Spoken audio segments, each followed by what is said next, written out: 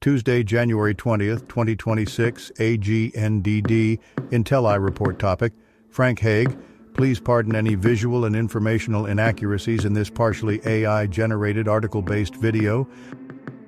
Frank Hague, from Jersey City's gritty streets to political powerhouse, a tale of ambition, corruption, and immigrant grit in early 20th century America. Frank Hague was born on January 17, 1876, in Jersey City, New Jersey, to Irish immigrants John D. and Margaret Hague. John fled Ireland after anti-British activities, fought for the Pope in Italy, and worked as a blacksmith for the Erie Railroad and later a bank guard via Democratic connections. Margaret was notoriously strict, dubbed a bitch on wheels. Raised in the impoverished Horseshoe District of the Second Ward, amid saloons and immigrant life, Hague grew up in a flood-prone tenement called the Ark. Expelled from school before 6th grade for truancy and behavior issues, his education ended at 14. He briefly apprenticed as a blacksmith like his father, but left for unknown reasons. Training at a gym, Hague managed lightweight boxer Joe Craig, whose success funded stylish suits. In 1896, at age 20, teetotaler Hague won his first election as constable, backed by tavern owner Nat Kenny's $75 bribe fund, defeating a rival by 3-1. Frank Hague entered Jersey City politics amid widespread voter fraud and violence, often using clubs. His 1897 constable win drew notice from Democratic boss Bob Davis, who enlisted him for voter turnout in mayoral elections. Rewarded with a deputy sheriff role at $25/week, Hague became a precinct leader by 1901, surviving Republican challenges. In 1903, he married Jenny Warner. They had a son, Frank Jr., later a judge, an adopted daughter, and a daughter who died young. As ward leader, Hague aided friend Red Dugan by providing a false alibi in a forgery case, ignoring a subpoena. Convicted of contempt, he lost his job but gained Horseshoe residents' loyalty, though it hurt his broader appeal. Hague rose in Hudson County's Democratic machine, aiding immigrants with services.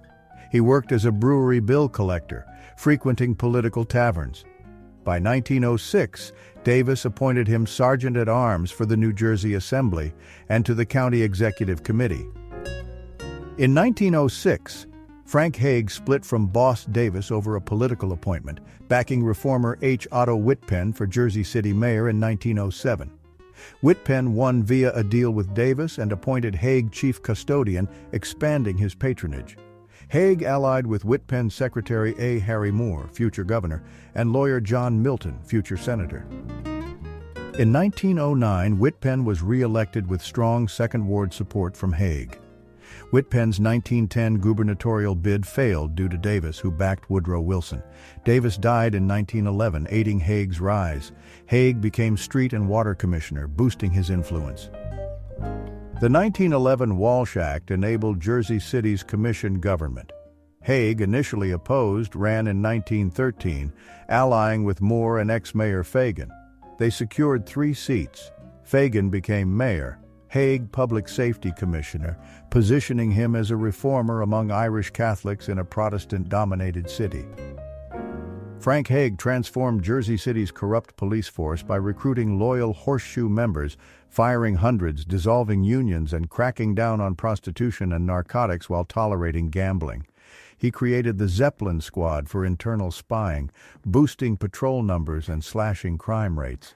Hague purged lazy officers, ignored blue laws for immigrant saloons, and gained fame by leading a posse to capture killer Michael Rombolo. In 1916, he warned of waterfront munitions risks, validated by the Black Tom explosion.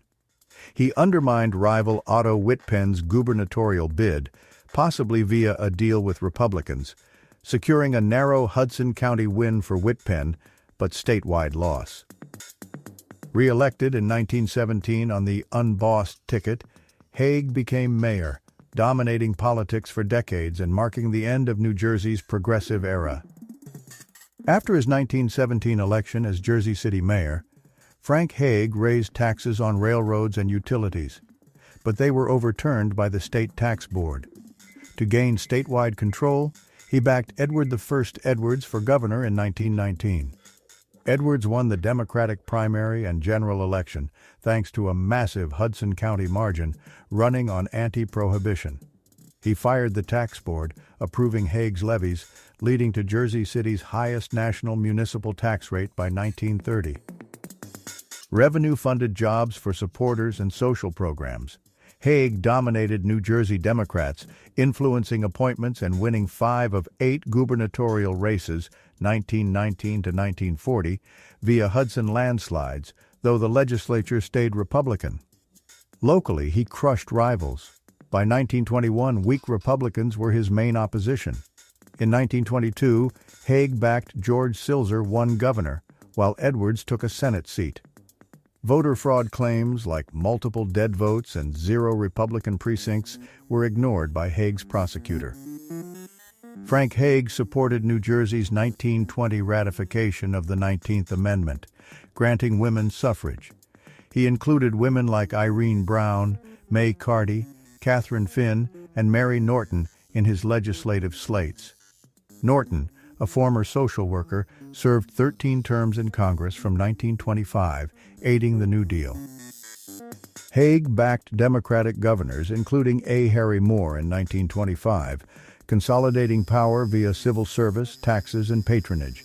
He defeated a 1927 amendment to extend gubernatorial terms and meddled in the 1928 Republican primary to ensure a beatable opponent, though Larson won.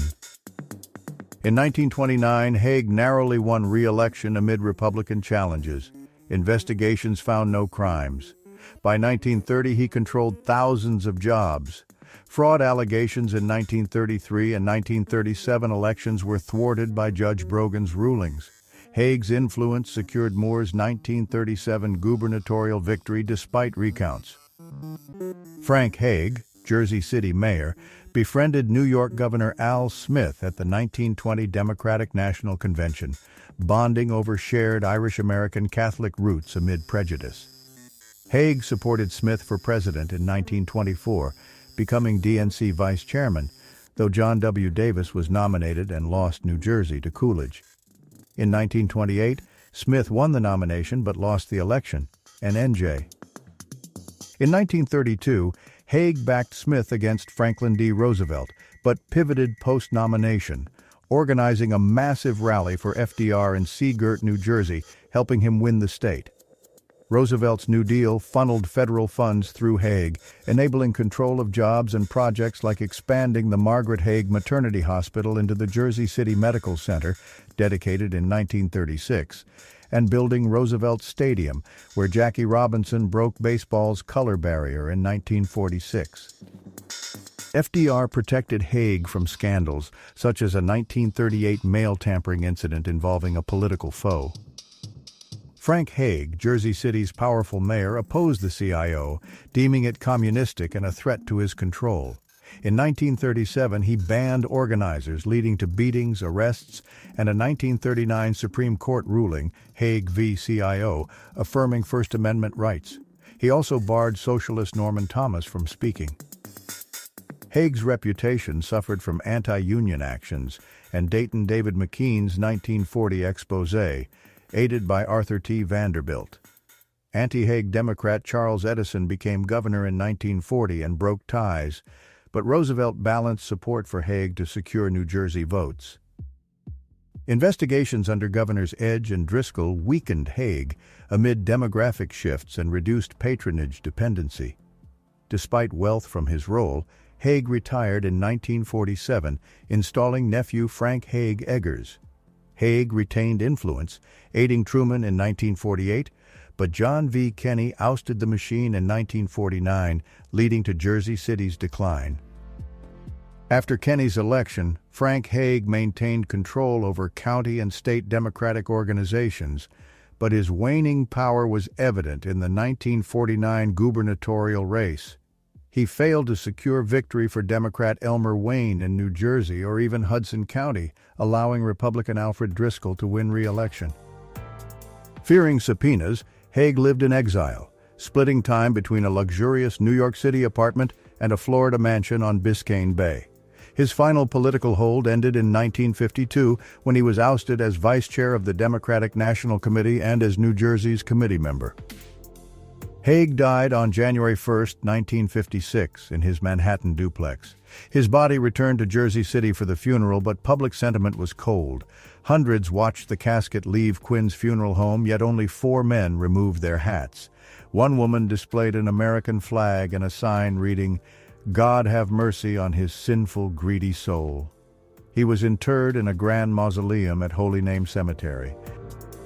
Frank Hague, a masterful political boss in Jersey City, transformed local politics into dramatic spectacles that captivated voters and dominated headlines like his manly fight in the 1917 election. He mobilized his organization to achieve extraordinary voter turnout, 92% registration and 85% participation, boosting Democrats statewide. Unlike shadowy bosses, Hague ran for office every 4 years, exchanging jobs and services, food aid, free healthcare, clean streets for loyalty during the Depression. His machine demanded 3% salary kickbacks from employees, 10% from contractors, and payments from rackets. A Democrat, he allied with Republicans to retain power.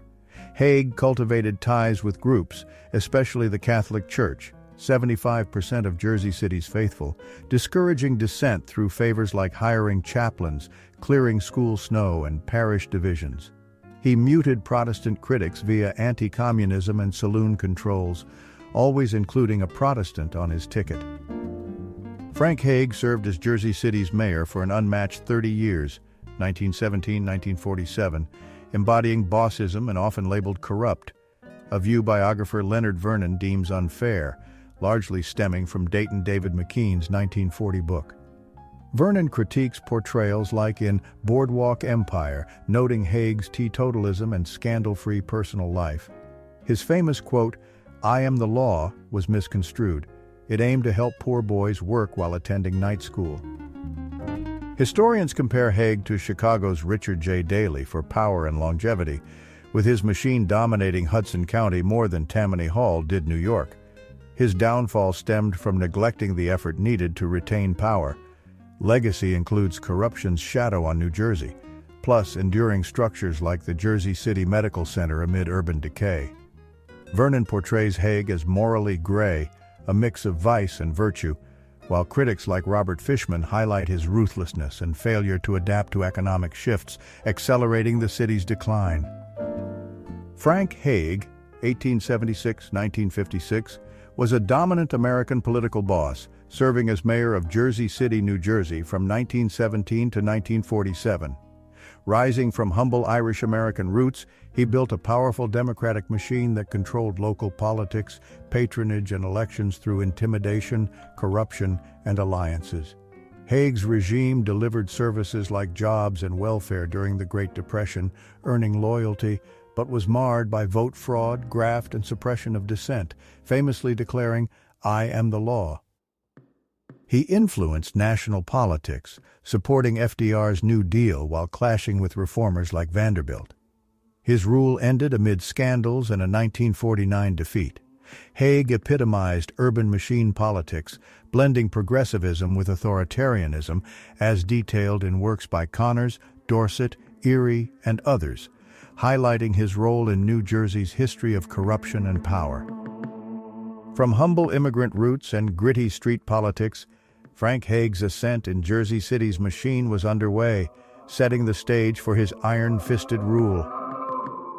Thank you for watching this AGNDD intelliReport, dear viewers. Please like, subscribe, and click the bell button to get notified during new uploads. And make sure to tune in next time. Stay safe and healthy. Cheers.